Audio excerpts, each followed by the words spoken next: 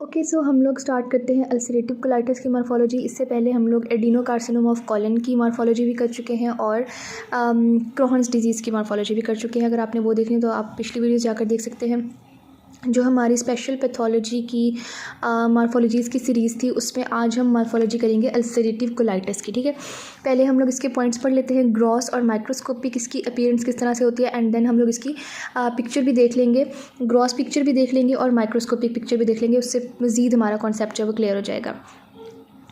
तो सबसे पहले हम बात करते हैं अल्सरेटिव कोलाइटिस की साइट ऑफ इन्वॉल्वमेंट क्या है। जस्ट लाइक जो हमने क्रोहन डिजीज़ का पढ़ा था, उसकी साइट ऑफ इन्वॉल्वमेंट हमने पढ़ा था कि वो पूरी जीआईटी में कहीं पर भी लीजन हो सकता है। ठीक है, लेकिन जो मोस्ट कॉमन साइट थी उसकी वो हमारे पास टर्मिनल इलियम थी या सीकम थी।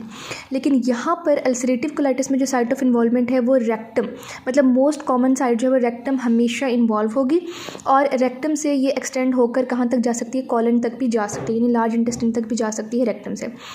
And then pattern of lesion is continuous. अब अगर हम इसको कंपेयर करें विद द क्रोहन्स डिजीज़, तो उसमें जो हमारा पैटर्न ऑफ लीजन था वो स्किप लीजन्स थे। ठीक है, वो कॉन्टीन्यूअस नहीं था। लेकिन जो अल्सरेटिव कोलाइटिस है, इसके अंदर जो पैटर्न ऑफ लीजन्स होगा दैट विल बी कॉन्टीन्यूअस। ठीक है, अब हम देखते हैं कि म्यूकोजा जो होगा वो ग्रॉस अपीयरेंस के ऊपर किस तरह का नज़र आता है in case of ulcerative colitis. तो it appears red granular mucosa due to inflammation. ठीक है, अब ये पॉइंट्स आपने याद रखने हैं, रेड ग्रेन्यूलर। दोबारा मैं बता देती हूँ कि ये जो म्यूकोजा की ग्रॉस अपीयरेंस है या माइक्रोस्कोपिक अपीयरेंस है, ये आपको एक तो ऐसे क्यों आता है लिखने के लिए कि आप अल्सरेटिव कोलाइटिस की ग्रॉस अपीयरेंस लिखें या माइक्रोस्कोपिक अपीयरेंस लिखें। इसके अलावा ये पॉइंट्स जो हैं वो सिनेरियो के लिए इंपॉर्टेंट होते हैं, आपको सिनेरियो डायग्नोस करने में हेल्प करते हैं और आपको एमसीक्यूज़ पिक करने के लिए भी ये हेल्प करते हैं। तो रेड ग्रेन्यूलर म्यूकोजा किसके अंदर होगा, अल्सरेटिव कोलाइटिस के अंदर होगा। इसके अलावा ब्रॉड बेस अल्सर्स बने हुए होंगे, सूडो पोलिप्स भी होंगे, and that is an important point. ठीक है, सूडो पोलिप्स बने हुए होंगे and chronic cases show mucosal atrophy. एक तो म्यूकोजा के अंदर सूडो पोलिप्स यानी एक मैसेज बने हुए होंगे, आउटग्रोथ्स बनी हुई होंगी। इसके अलावा कहीं कहीं पर म्यूकोजा की एट्रोफी भी हुई होगी। ठीक है, तो ये होगी ग्रॉस अपीयरेंस और सिरोजा जो होगा वो नॉर्मल होगा।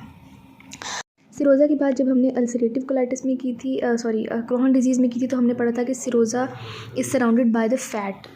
लेकिन यहाँ पर सिरोजा जो होगा वो नॉर्मल होगा, there will be no fat. अब हम बात करते हैं माइक्रोस्कोपिक अपीयरेंस की अल्सरेटिव कोलाइटिस की। अब इस चीज़ को समझें कि जो अल्सरेटिव कोलाइटिस है एंड क्रोहन डिजीज़ है, both are the parts of inflammatory bowel disease. ठीक है, जिसे हम कहते हैं IBD। ठीक है, इन्फ्लेमेटरी बॉल डिजीज़। तो ये एक तरह की इन्फ्लेमेशन है। तो जब ये इन्फ्लेमेशन है तो आपको माइक्रोस्कोपी के अंदर इसके अंदर इन्फ्लेमेटरी इन्फिल्ट्रेट नज़र आएंगे, यानी कि रेक्टम और कॉलन का म्यूकोजा के अंदर आपको इन्फ्लेमेटरी सेल्स नज़र आएंगे बहुत ज़्यादा। इसके अलावा क्रिप्ट एब्सेसिस नज़र आएंगी, एब्सेस बनी हुई होगी। क्रिप्ट एब्सेस हमने क्रोहन डिजीज़ के अंदर भी पढ़ा था, वहाँ पर भी हमें क्रिप्ट एब्सेस मिल रही थी, क्रिप्ट डिस्टॉर्शन। इसके अलावा सूडोपाइलोरिक एपिथेलियल मेटाप्लेशिया। सूडोपाइलोरिक मेटाप्लेशिया हमें किसके अंदर मिल रहा था, क्रोहन डिजीज़ के अंदर भी मिल रहा था। ठीक है, कि जो नॉर्मल एपिथेलियल सेल्स होते हैं गैस्ट्रिक म्यूकोजा के, वो मेटाप्लेशिया हो जाता है उनका और वो हमारे पास पाइलोरिक टाइप ऑफ सेल्स बना देते हैं। इसके अलावा ग्रेनुलोमास कोई नहीं होंगे, बट अगर हम देखें कि क्रोहन डिजीज़ के अंदर तो वहाँ पर ग्रेनुलोमास बन रहे थे। And there will be diffuse inflammation limited to mucosa and superficial सबम्यूकोजा।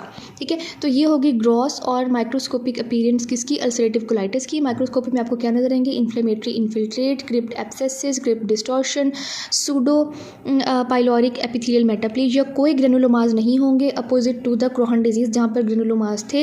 And diffuse inflammation limited to mucosa and superficial submucosa. That's all about ulcerative colitis.